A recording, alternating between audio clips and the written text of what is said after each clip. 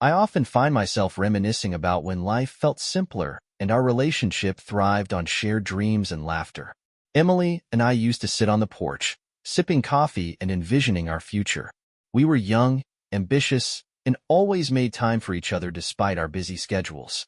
But as the years passed, our careers took over and a silent distance grew between us. Instead of confronting it, we buried ourselves in work, always chasing the next deadline. Now, it feels like we live in separate worlds, struggling to reconnect. A deep unease lingers, one I can't ignore. Emily spent months in a remote Utah community for her PhD research, completely absorbed in her fieldwork. Since returning, she's been locked in her study, consumed by her thesis. Our home, once filled with warmth, now feels eerily quiet. I sit alone at my desk, painfully aware of the growing chasm between us. I've tried to bridge the gap, but Emily barely acknowledges my efforts. Every attempt to reconnect is met with indifference, and I'm running out of ways to reach her. A little about us. I'm Daniel Carter, a geologist specializing in oil exploration. I was recruited right out of grad school and have built a solid career. Emily, my wife, is an academic passionate about research and teaching. We met in college in Colorado, married 5 years ago, and pursued our master's degrees together. Hers in sociology, mine in geology. Despite different paths, we always supported each other. But something changed after her trip. Her fieldwork in Utah was meant to be brief, but she stayed 2 months, far longer than planned. During that time, she barely contacted me, claiming she had no access to phones or email, which seemed unlikely. When she finally returned, she withdrew even further, spending all her time on her thesis and avoiding real conversation. She had been studying a secluded offshoot of the Mormon Church, a closed community that rarely interacted with outsiders. While I respected her work, I couldn't shake the feeling that something wasn't right. How had she gained their trust? Did they even know she was studying them? These questions gnawed at me, but Emily refused to discuss any details. I admired her dedication, but her secrecy troubled me. Before leaving, she had openly shared her research plans. Now, she avoided even casual questions, treating them as an intrusion. For the first time in our marriage, I felt she was keeping something from me. The tension only grew. She promised to explain everything after her thesis was done, but that offered little reassurance. If there was nothing to hide, why wait? Then there was the stark change in her appearance. Before her trip, Emily dressed like any other 26-year-old, stylish but modest. When she returned, she had completely altered her wardrobe, wearing long, conservative dresses that covered her from neck to ankle. No makeup, no perfume. Even her once loose hair was now tightly pulled into a bun. When I asked about it, she brushed it off, saying the change helped her stay focused on her research. At night, she kept her distance, wearing plain, oversized nightgowns and refusing intimacy, claiming it would disrupt her emotions and interfere with her work. Our home no longer felt like home. She also developed persistent stomach issues after her trip, nausea, fatigue, but refused to see a doctor, insisting she was fine. What concerned me most was her sudden urgency to complete her thesis. She still had 2 years left, yet now she was racing to finish. When I asked why, she said she wanted to return to high school teaching by fall and needed her degree by then. It seemed reasonable, but it didn't entirely add up. We had always made big decisions together, but now she was making them alone, pushing me further away. When I asked where she was applying for jobs, she avoided the question. I offered to help, but she firmly told me not to interfere. She'd handle it herself. Her thesis consumed her, overshadowing everything, including us. I felt completely shut out, and she seemed oblivious to the toll it was taking on our marriage. As time passed, our conversations remained painfully shallow. While her health improved, our relationship continued to fall apart. I threw myself into my work, but she refused to coordinate any future plans, making it impossible to align my upcoming trips with hers. Our life together was unraveling. Despite my frustration, I treaded carefully, afraid that any misstep would push her even further away. My anxiety crept into every part of my life. I needed stability, but Emily was turning our world into chaos. I began to fear that she was slipping away entirely, prioritizing her research over our marriage. In the evenings, I tried to engage her, asking about her progress, hoping for even a glimpse of the connection we once had. But the moment I inquired about her living situation in Utah, her demeanor changed. She grew defensive, almost angry, insisting she wouldn't discuss it until her thesis was complete. That only deepened my suspicions. Our once loving marriage was crumbling, and I could feel it slipping through my fingers. We hadn't been intimate since before our trips. When I asked why, she claimed physical closeness would taint her research. And that's when I truly began to question what exactly had happened during those 2 months in Utah. If intimacy with me could interfere with her research, then what exactly had she been doing? The thought gnawed at me, making me question whether she had broken her promises of fidelity. Her refusal to discuss anything only worsened my suspicions. She even moved my workspace into the dining room and locked me out of the den. When I finally confronted her, asking outright if she had been unfaithful, she reacted with anger, shutting down the conversation. She insisted she wouldn't discuss anything until her dissertation was finished. At that moment, I realized how fragile our marriage had become. My stomach churned with anxiety every time I came home, and I dreaded walking through the door. It felt like she no longer belonged to me, only to her degree. I wondered if other couples faced this kind of struggle when one partner became consumed by academia, but her self-imposed deadlines only made things worse. One evening, after yet another tense argument, I reached my breaking point. "Emily," I snapped, "you've ruined our trust and communication. Our marriage is falling apart, and it's your fault." Frustrated, I stormed out, driving aimlessly to clear my mind. As I navigated empty roads, my thoughts spiraled. Emily claimed she still loved me and wanted to believe I loved her too. I reassured her I did, but I hated the way she was treating me. She refused to talk about important things, like our marriage and her fidelity. My anxiety grew as I considered the possibility that she had crossed boundaries for her research. I couldn't live in this turmoil any longer. Something had to change, whether by her or by me. I debated leaving her and starting over, but the thought of life without her was unbearable. Instead, I decided to investigate. Someone at her university had to know what was going on. Her behavior, her drastic change in appearance, the refusal of intimacy for months, was alarming. The woman I had married had become a stranger. She barely acknowledged my existence, showed little interest in my life, and our emotional connection had vanished. I started avoiding her, which only widened the gap between us. The locked door to her study and her password-protected computer heightened my suspicions. When I confronted her about it, she brushed me off, telling me I had no reason to worry. But how could I not? Despite her reassurances, my distrust grew.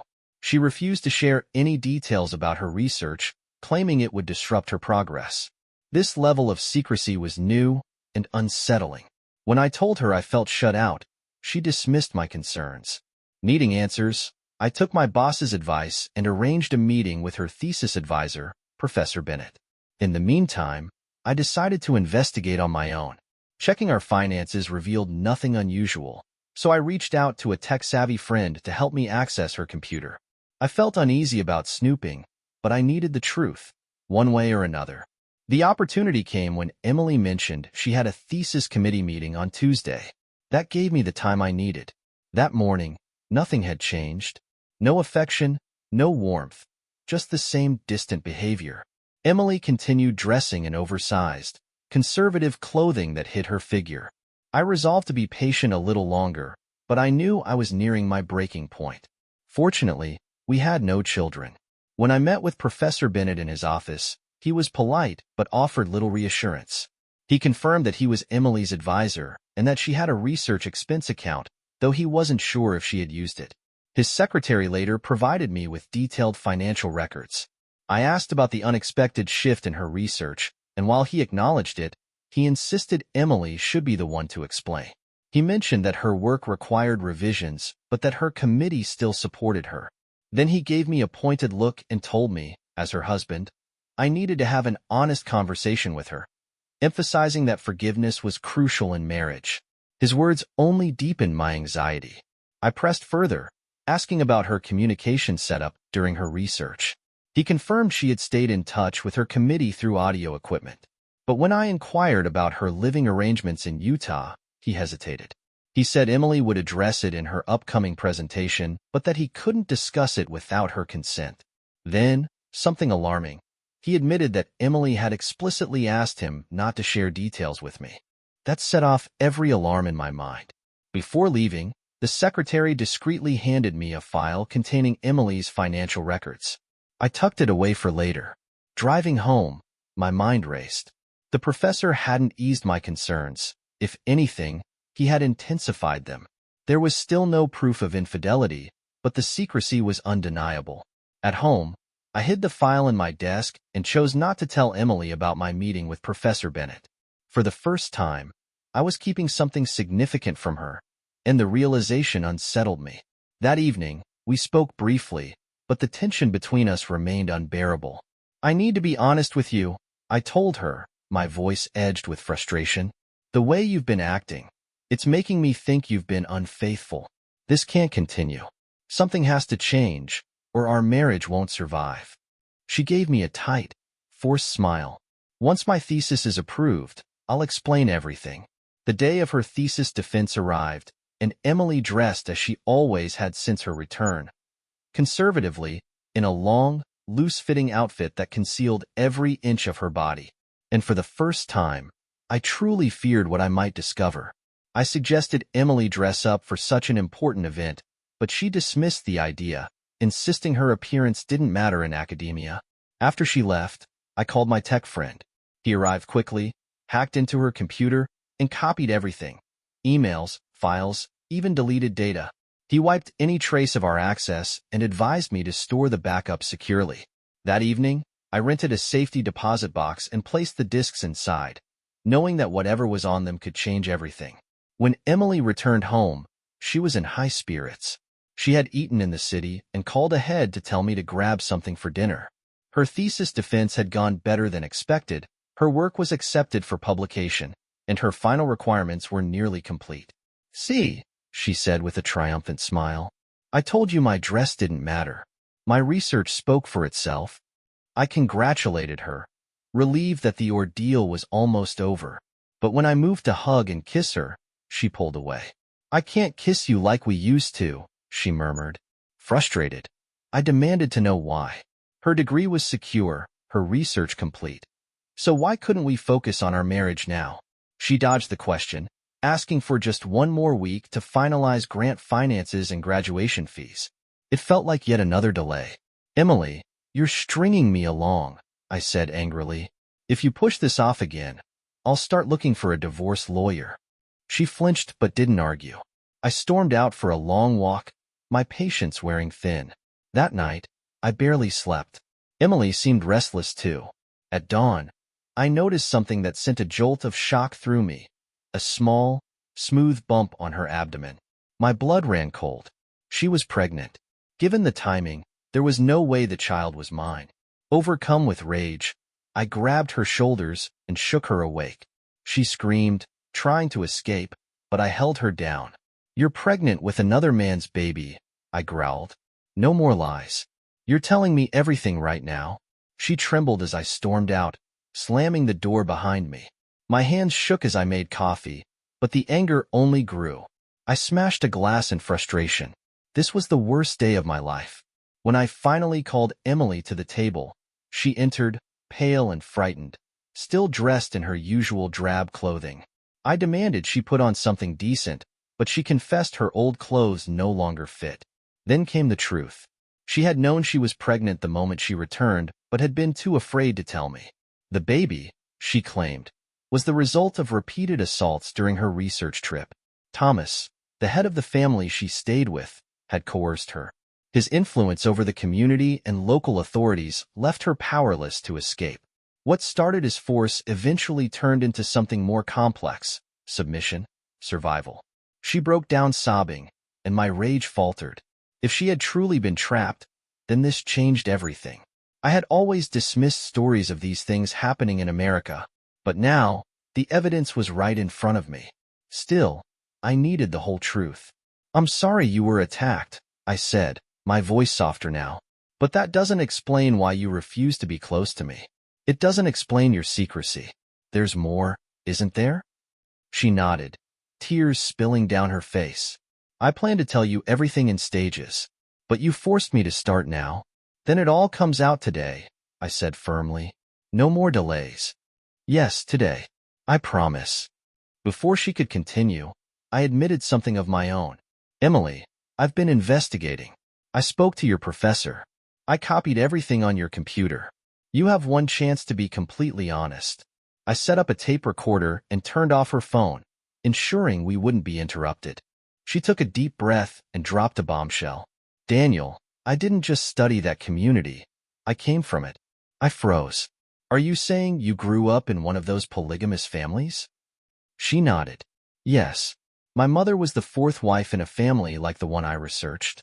When I was 11, she escaped with me in the middle of the night. We left everything behind and built a new life in Colorado. I never talked about it until now. She paused, exhausted. We took a break, walking outside for the first time together since she returned. For the first time in months, she reached for my hand. Back inside, she sipped water, steadied herself, and continued. My childhood shaped my research. I wanted to understand that world from an adult perspective. Then she braced herself. The next part will be harder for you to hear, but I'll be honest. She explained that the family she stayed with was tied to her past. They had been suspicious of her return, but she convinced them she was considering coming back permanently. That was the only way they would let her stay. Thomas, the head of the household, was a powerful man, tall, broad-shouldered, and used to absolute control. One of his first demands was that she remove her wedding ring. She had no choice. Her voice trembled as she recalled the memory. Thomas questioned what was in my backpack. I told him it held my clothes, personal items, and my computer. Without hesitation, he grabbed the computer and smashed it with a hoe, then tossed it aside. He also took my purse, seizing the $1,000 inside. Women aren't allowed money in my house, he said. I was relieved I had hidden cash near the bus station. It became clear. I was more captive than guest. Needing his approval for my research, I agreed to his rules. She looked at me, her voice softer. Losing the computer is why I secluded myself after returning home. I had to reconstruct everything from memory, including my emotional responses, which were crucial to my research. That caused me overwhelming anxiety both there and here. But that was only part of my stress. She continued, explaining how she adhered to the community's strict rules to avoid raising suspicion. You might wonder why Thomas allowed me to stay as an outsider. The only reason was that he was family, not by blood, but through marriage. He's 20 years older than me and became the head of our family after my father passed. I was given a bed in the attic with his other wives while he slept downstairs. The children stayed with us. I had to work, dress like the other women, and obey all rules. She paused, then continued. The first wife searched my suitcase and found my birth control pills. She threw them out, calling them unnatural and against God's will. She also burned my underclothes, forcing me to wear plain white garments. I couldn't protest. I had to follow their rules or leave. She exhaled, eyes distant. I didn't think much of losing the pills at the time since we weren't together. I planned to restart them when I got home. I settled into a routine, earning the wives' trust and gathering valuable information for my research. I couldn't keep a diary, so I memorized everything. That's why I needed so much privacy after returning. I took notes as she spoke, absorbing every disturbing detail. Then she dropped another bombshell. In my second week, Thomas announced he would take me as his fourth wife. My stomach twisted, but I stayed silent. I was shocked, but he didn't care that I was already married. He said God had revealed to him that I belonged to him. When I resisted, he became aggressive, dragged me to his bedroom, and threatened me. That night, he attacked me. Her voice wavered. After that, I knew I was trapped. She took a shaky breath. From then on, he treated me as his wife. He was dominant, controlling, and over time, I became submissive. Eventually, I stopped fighting it. I disconnected from my life with you and started embracing my role there. The other wives shared similar experiences. She glanced at me hesitantly before continuing. After weeks of confinement, Thomas finally allowed me to leave the house to visit other families. By then, I had collected a wealth of information. I also became the community's teacher, designing lesson plans that conformed to their beliefs. My role there became crucial, not just for my research, but for them. Her voice softened. One night, after a party for Thomas's daughter, I saw my chance. I took my hidden credit card, left a note, and walked the same road my mother and I had fled years ago. 8 miles later, exhausted but determined, I made it to the bus station. I retrieved my hidden cash, bought a ticket, and returned home to start documenting everything. She sighed deeply. I secluded myself to focus on writing, shutting out all emotions, including you. My mind had to be free of distractions, even sex. That's why I needed so much privacy. Her words left me cold. My dear husband, she said softly, this next part will be even harder. Do you want to ask questions, or should I continue? I swallowed hard, already knowing our marriage was beyond saving. Keep talking. She exhaled, gathering her thoughts. I've had time to reflect on the two lifestyles I've experienced. They're very different, each with pros and cons honestly. I'm drawn to the communal way of life. My stomach twisted. The idea of multiple wives has its benefits. I explored this in my thesis. I've also started writing a novel based on my experience, already secured a $50,000 advance. That's what I've been busy with these past few months. She hesitated. Daniel, the wives, they got along well. They even competed to please their husband. What once drove my mother and me to flee now seems less oppressive after reflection. People need to fit into their culture to be happy. I've come to accept their way of life. I clenched my fists. So, the attacks don't bother you anymore? You think that's just part of their culture? She ignored my anger. Let me explain why I haven't had marital relations with you. I waited, dreading the answer. I was afraid that being with you would blur my memories of Thomas, and I needed those memories for my research. Then, when I realized I was pregnant, I lost all interest in sex. Over time, I recognized that I was torn between two lives, two men. I can't continue like this. She took a deep breath, her voice steady. In the outside world, I'm your wife. We shared gentle, tender love. But with Thomas, I was submissive. That experience became more fulfilling for me. I crave the dominance. Now that my thesis is complete, I have a decision to make. Her next words shattered me. I need to choose, stay with you or return to Thomas. I can't have both. If I go back to him, I must be faithful to him. If I stay with you, you'll have to accept that I'm carrying his child. She touched her wedding band. I'm still wearing your ring because Thomas made me. He didn't see the need for a new one. He already had it. Her words hung in the air like a death sentence. Emily exhaled slowly, her voice unwavering. While my relationship with Thomas started with force, over time, I accepted it. Eventually, I even wanted it. The dynamic was new, exciting, something I never experienced with you. And now, I have to choose between you and the life we built together or him and his community. It's not an easy decision. She paused, gauging my reaction, but I said nothing. I told my thesis committee everything, she continued.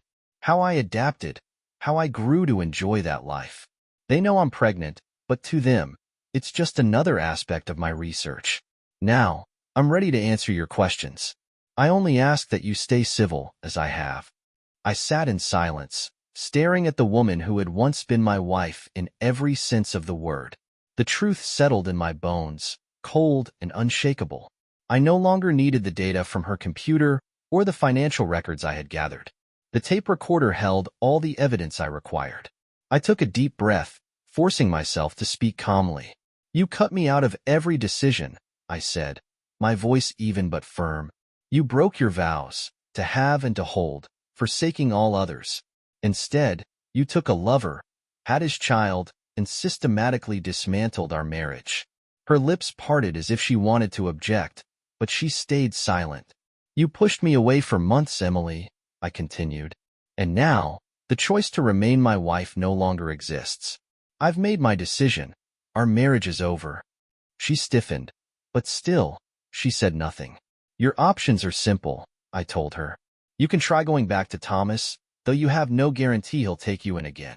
Or you can raise this child alone, like your mother did. But whatever you choose, it won't be with my support. Not financially. Not emotionally. You've tortured me for months, Emily. This relationship is dead. You killed it. Tomorrow, I'm meeting with a divorce lawyer. For the first time, her expression wavered.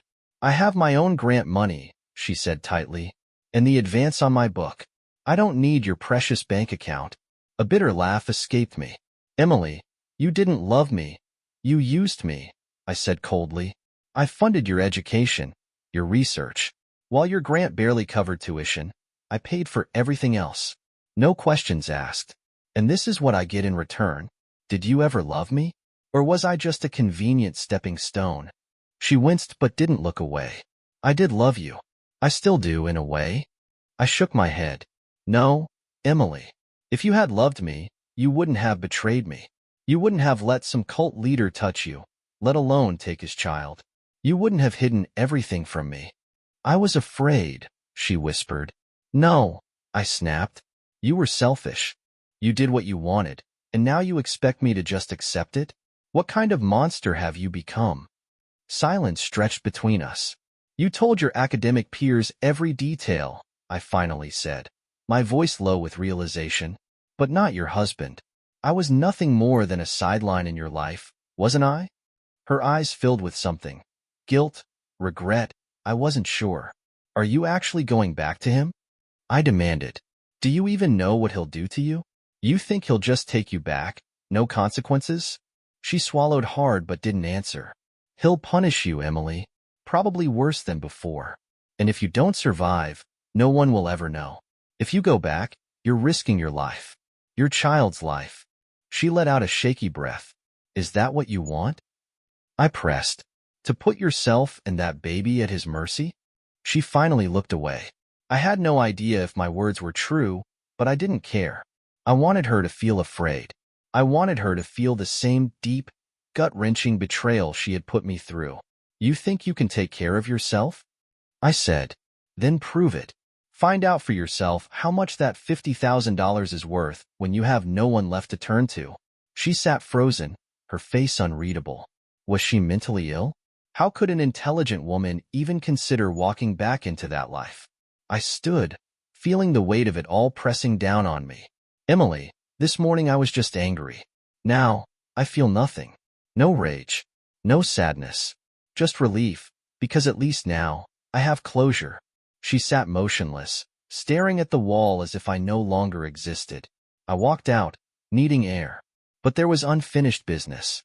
Emily had destroyed herself, but Thomas still needed to face consequences. That night, I slept on the couch. The next morning, I called in for 2 weeks of leave. Emily had made coffee. Enjoy it, I said, watching her. You won't get any when you go back. There are plenty of things you won't enjoy. But at least you'll have your dominant sex. She said nothing. We'll be divorced soon. Keep your $50,000, but don't expect anything from this house. It's going on the market today. She flinched but stayed silent. I had plans for Thomas that I wasn't going to share. Start looking for a new place, I said, grabbing my keys. I'm moving into the corporate apartment this afternoon. From now on, we communicate through lawyers. I handed her her cell phone, packed in silence, and took the tapes, just in case. I didn't say goodbye. There was nothing left to say. The next day, I went to the bank. I closed our joint accounts, canceled our credit card, and moved my money. Then I met with a divorce lawyer, setting everything in motion. My boss was supportive, offering help in any way he could. All I needed now was time and justice. If Emily called, the secretaries at my office could give her my new number, and I'd handle it from there. That took up most of my day. The next morning, I returned to what had once been our home. It was strange stepping inside, knowing it no longer belonged to me. The silence felt heavier. Emily wasn't there. I moved through each room methodically, gathering what was left of my life. My tape recorder, tapes, books, files, clothes, tools, pictures, and personal belongings. The last thing I took was my cello, the one thing untouched by this disaster. Before leaving, I called the realtor to update my address and phone number. They told me they couldn't list the house without Emily's signature. Fine. Let her deal with the mortgage, the lawn, and the broken bathroom toilet. Before walking out the door, I left Emily a note. I didn't want to talk about the divorce, but I did want to talk about Thomas. The more I knew about him, the better my chances of making him pay. I wrote carefully, asking her to meet and help me understand Thomas's mindset, his habits, his routines. I needed her to become an unwitting informant. After that, I headed back to the city to see my divorce lawyer. I laid everything out, armed with tapes, computer files, and the cold truth. I don't want pre-divorce counseling, I told him. There's nothing to fix. I want a clean 50-50 split, including half of Emily's book advance. I won't pay alimony or child support. She gives up my last name, and her child won't carry it either. The lawyer nodded, taking notes. I wrote a large check for my new bank account, not caring about the cost. What I needed was freedom. Freedom from Emily. Freedom from the marriage. Freedom from the hate that had consumed me. Now, I could focus entirely on my priority, making Thomas pay. This wasn't about time. It was about success. That night, Emily called. She wanted to talk. We arranged to meet for lunch the next day in our former hometown. For the first time in months, I slept soundly. Emily was now just history. After packing a few things for my upcoming trip, I met her at the diner. She looked different better. She wore a modern prenatal dress, a little makeup. For a brief moment, I wished the child had been mine. Her bruised cheek was still faintly visible. The waitress seated us in a quiet corner. I approached the conversation cautiously, complimenting her on her return to modern life. It didn't matter to me anymore, but I wanted to keep things civil, for now. Emily took a sip of water and exhaled. Daniel, she began, I want to apologize for how I said things the other day. I shook my head. Emily, it wasn't how you said it. It was what you did. She lowered her gaze. Our divorce is inevitable, I continued. You'll receive the papers soon. Once it's finalized, you'll be free to return to Thomas or raise your child alone. Either way, you'll do it without me. She flinched, but I pushed on. I can never forgive your infidelity, I said bluntly. I'm trying hard not to hate you, but I don't know if I can. You weren't just a prisoner. You didn't even try to escape. Maybe that was for the best. Maybe it wasn't. But what happened to you wasn't the same as being attacked by a stranger. Emily swallowed hard. Before she could respond, I added, I also want to apologize for the hateful things I said. I was in pain. I still am. But that's not why I asked you to meet today. She looked at me warily. I'm not here to talk about sex, I said.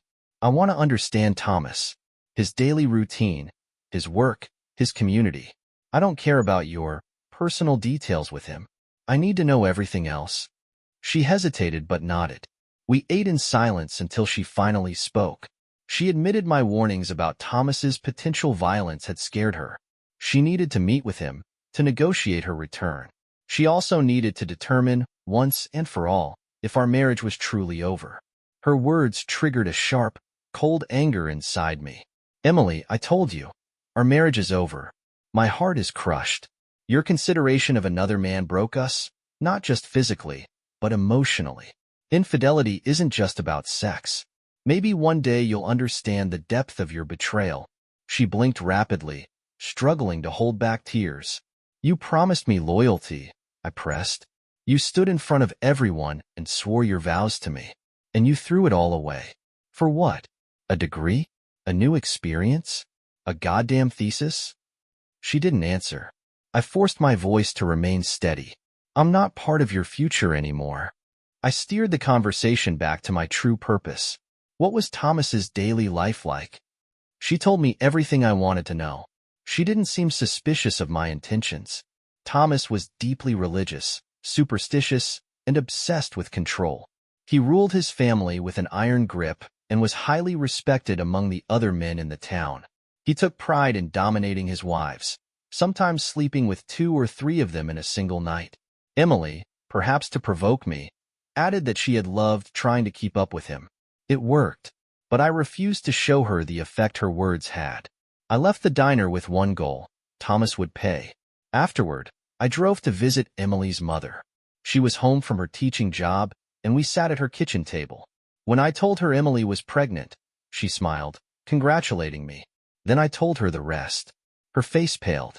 She had known Emily was researching their old community, but she hadn't realized how deep her daughter had sunk into that world. To her, their escape had been like Jews fleeing Auschwitz. And now, her only child had willingly walked back. The weight of it crushed her. We cried together, bound by shared grief. As the sun set, long shadows stretched across the walls. We stood in a tight embrace, her tears dampening my shirt, mine wetting her hair. When we finally pulled away, both of us were emotionally drained. She offered to let me stay the night. I accepted. The next morning, after breakfast and real coffee, I packed up and got back on the road. Before leaving, I promised to stay in touch with Emily's mother. She was a good woman, kind and intelligent. I couldn't help but notice how much Emily had once resembled her, before Thomas. The hatred inside me burned hotter. As I drove, I called my parents. No answer. But that was fine. There were bigger things to take care of. I tried Dad's cell, and he picked up. He and Mom were visiting my brother, so I decided to extend my trip and join them. Maybe the reunion would help stabilize my life now that Emily was gone. That night, I stayed in a motel before reaching my brother's apartment. He had recently returned from Afghanistan, where he served as an infantry company commander. After greetings and hugs, I asked for some family time in the living room. As the evening stretched on, I suggested we order pizza, salads, and drinks. Once everyone was gathered, I broke the news about my impending divorce. Mom cried. Dad, though visibly shaken, kept his composure, his hands trembling slightly as he asked if reconciliation was possible. I started from the beginning, Emily's research, my work trip, the changes that followed. We were briefly interrupted when the food arrived, but I continued, detailing her pregnancy and the tangled mess she had created. Pain resurfaced as I spoke, mixing with anger. Mom sobbed harder, clinging to Dad. He swallowed back his emotions, holding her close. My brother remained silent, his military training evident in his stiff posture. He stood up, pacing, deep in thought. When I finished, he stopped, looked at me, and said, Daniel, you and I need some time alone. Let's take a walk. He pulled me off the couch, and we excused ourselves. We drove to my motel, called the family to let them know we'd be back in an hour, and then he spoke. Daniel, you're in a war, and you might not be prepared. Let me tell you how to fight this battle. His voice was calm, but his words were sharp. There are rules to winning. You may lose Emily, but you don't have to lose the war. Thomas is your enemy, and you need to destroy him without suffering heavy losses. I nodded, listening intently. First, know your enemy, his strengths, weaknesses. Then match your strengths to his weaknesses. Don't let him use his strengths against you. His voice dropped lower. Pick the time and place to strike. Surprise is crucial. If possible, make it a surgical strike. Limit collateral damage. Don't hurt innocent people. Plan carefully, keep it secret, and don't let emotions control you. He paused, letting it sink in. Your plan should be quick and efficient, not dragged out. Success requires more resources than you think you'll need. And one more thing, keep this conversation between us. Don't tell Mom or Dad. With that, we headed back to his apartment. The next morning, we had breakfast together before Mom and Dad left for home. I followed them, needing to retrieve something I had hidden in their attic. Something even they didn't know about. I stayed for a few days, sleeping in my old bedroom. Mom gradually recovered, and Dad and I had long talks about my future. Nothing was said about my plans for justice. We just enjoyed being together as a family. But eventually, it was time for me to move on. While Mom and Dad were out shopping, I went to the attic, found what I needed, and quietly loaded it into my SUV. The next day, I hit the road again, heading back to my apartment. My boss had been asking me to go on another expedition, and without Emily in my life, it was easier to say yes. I told my parents about the upcoming 2-month trip to the equatorial Atlantic off Africa, but I still had 3 months before I had to leave. Back in Utah, I put the weapon, still in its boxes, into short-term storage. I knew satellites could track purchases, so I also moved some furniture from my former home into storage to make it look routine. Then, I got to work. I studied satellite maps of Thomas's town, analyzing every possible angle. I wanted him dead. But more than that, I wanted him to suffer. A quick death wouldn't be enough. I wanted to humiliate and degrade him publicly. I needed him to know that it was Emily's husband who took him down, but I couldn't leave any evidence. I smiled, imagining him on the receiving end of justice. Emily wasn't getting off scot-free either. I hired a ruthless lawyer, one my boss recommended, to pressure the university. I didn't care about legalities. I just wanted them to regret ever approving Emily's research. The lawyer sent a letter to the university president and board of trustees, threatening a $20 million lawsuit. Their response was immediate. Emily's degree hadn't been granted yet. The board hadn't given final approval. My lawyer demanded they reject her research entirely and revoke her thesis. No appeal. Less than 2 weeks later, the board passed a resolution instructing the president to overturn the department's findings. They reprimanded those involved, denied Emily's degree, and contacted her publisher, forbidding them from associating her book with the university. They also froze her research grant. I was satisfied. Weeks later, the university tried reaching Emily to inform her of their decision. She was nowhere to be found. They contacted my lawyer, who provided Emily's divorce lawyer's information, along with her mother's and Thomas's addresses. Emily wasn't at our former home. Despite everything, I still worried about her and the child. But I had one more move to make. I would send Thomas a message from God. I carefully crafted a formal document, styled like the Declaration of Independence, laced with scripture meant to intimidate him. After several drafts, I printed it on expensive linen paper, rolled it into an ornate holder, and ensured it had no fingerprints. The final product was ready. Thomas would soon know that his sins had caught up with him. I was certain Thomas's deeply ingrained superstitions, his faith in divine revelations, and his blind devotion to his own authority would make the document seem like a genuine message from God. I chuckled, satisfied. I was using my strengths against his weaknesses, just as my brother had advised. But now, the real work began. I divided my attention between preparing for 2 trips, one to confront Thomas, the other to Africa.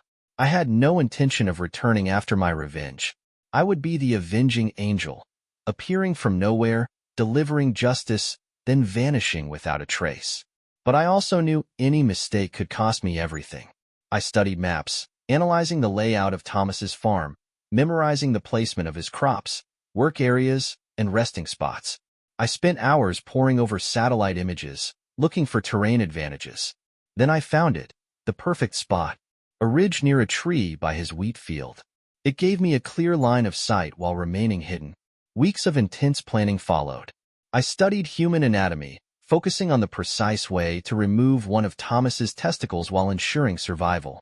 I wanted him to suffer, to feel the desire, but never be able to satisfy it. A fitting punishment. He had taken my wife, so I would take his manhood. But I had to be careful. I bought supplies from various stores, paying in cash. I ordered makeup and a fake beard online, along with oversized shoes from a thrift shop. I left no pattern, no trail. Then, a brief distraction, my lawyer called. Emily had signed the divorce papers without contesting. I didn't have to appear in court. The papers were filed, and the 60-day waiting period began. She had also learned the university had revoked her degree. She lost everything: her PhD, her reputation, her academic career. The lawyer said she was devastated. I felt a brief pang of guilt, mostly for her mother, who had been collateral damage in all of this. But Emily had made her choices. The house sold quickly, and we split the proceeds evenly. She didn't want it. I didn't care where she went. A strange thing happened after that. I lost my desire for sex. My mind was consumed by my plan.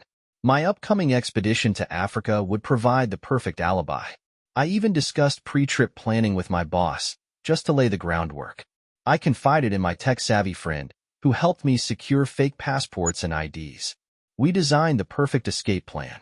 He would take my place on the first leg of the trip while I handled Thomas. Everything was set. I packed my supplies, rented a storage unit, and secured a rental car. Wearing gloves, I left no fingerprints. Before heading to Thomas's town, I changed into a disguise and made sure to be seen. A small, insignificant presence in the background. I thought I spotted Emily. If it was her, I hoped she would witness the justice I was about to deliver. Then I vanished, preparing for the final phase. That night, I took position 20 yards from Thomas's usual resting place under the lone tree. Dressed in desert camouflage, I waited. The tranquilizer dart was loaded, designed to take down a 300-pound animal. Thomas weighed around 280. I had my document ready. To Thomas, from God. The heat was suffocating, but I stayed patient, drinking water sparingly. Just as I predicted, Thomas appeared around noon. He worked in the wheat field, his movements slow in the summer sun. Eventually, he took shelter under the tree. I steadied my aim and fired.